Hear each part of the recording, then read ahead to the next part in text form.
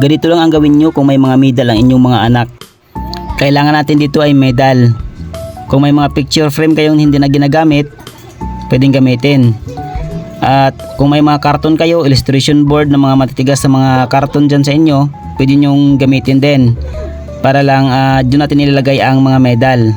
So bubutasan natin yung karton natin or illustration board kung gaano kalaki yung ating pantali sa medal.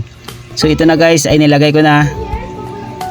Makikita nyo, yan, in-stapler ko na lang yung kanyang pantali para naman hindi kahit saan lumalabas. So ngayon, ibabalik ko na para makikita natin ang ating ginagawang picture frame na medal ang nilalagay.